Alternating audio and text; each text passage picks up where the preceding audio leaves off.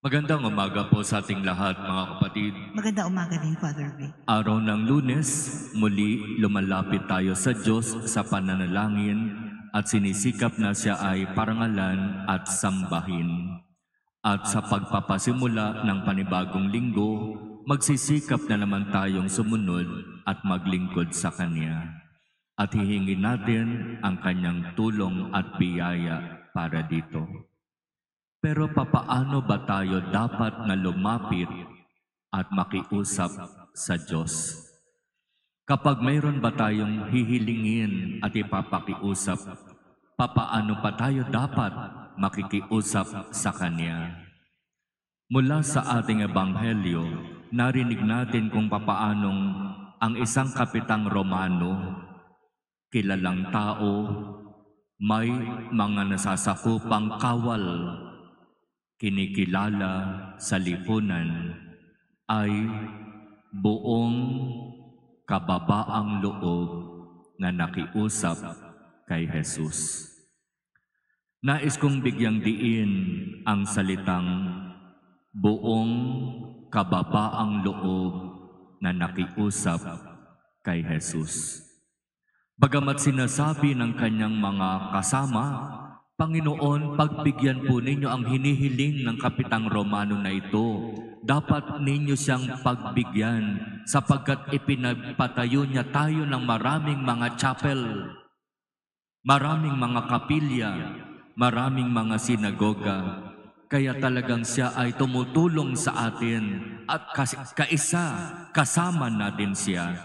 Kaya dapat ninyo siyang pagbigyan.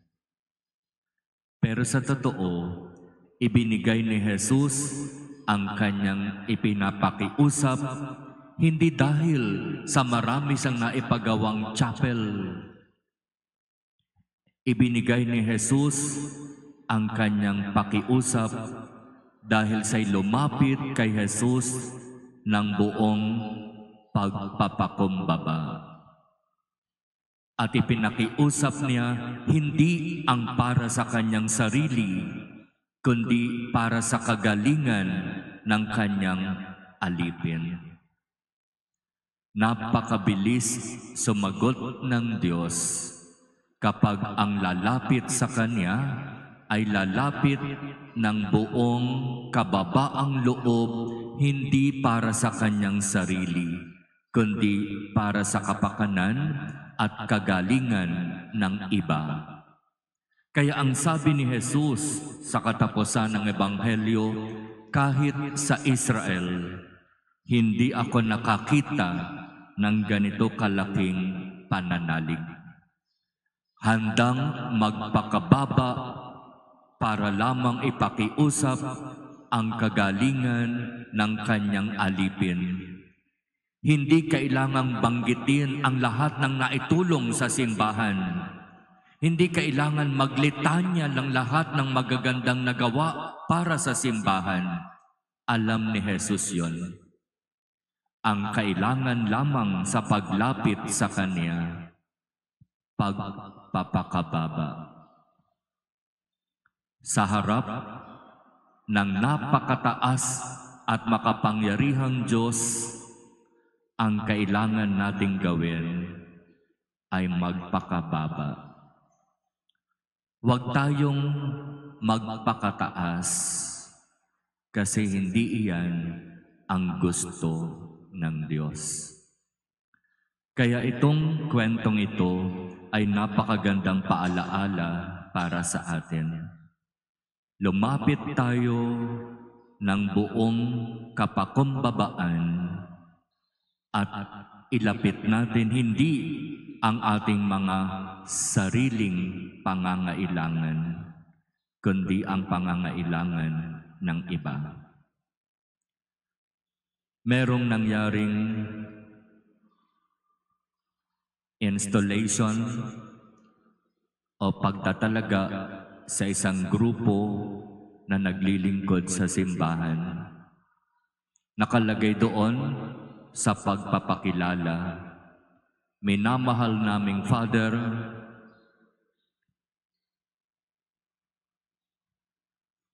ang hirap banggitin nung kasunod, Kasi parang nung mabasa ko yung rite, yung ceremony, parang ako'y sobrang nagulat. Minamahal naming Father, ipinagmamalaki po naming ipinapakilala sa inyo. Sabi ko sa sarili ko, ha? Ipinagmamalaki po naming ipinapakilala sa inyo. Hindi ko yata kayang mag-install ng mga kapwa lingkod na nagmamalaki.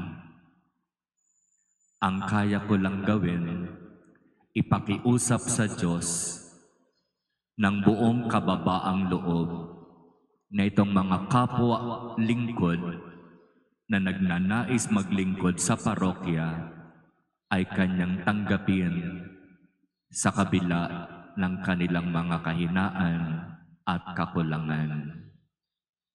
Kaya mag-iingat tayo sa paglapit at pakikiusap sa Diyos. Kasi kung papaano tayo lumalapit at nakikiusap, may mga pagkakataon doon nakasalalay kung ibibigay ba ang ating pinapakiusap. Kaya huwag nating sasabihin, Lord, ipinagmamalaki ko pong sabihin sa inyo. Huwag. Hindi tayo dapat maging mataas sa harap ng Diyos na nagpakababa. Ang sabihin natin, Lord, buong kababaang loob ko pong hinihiling sa inyo. At hayaan natin ang Diyos ang sang maglagay sa atin sa kung saan tayo dapat nandoroon.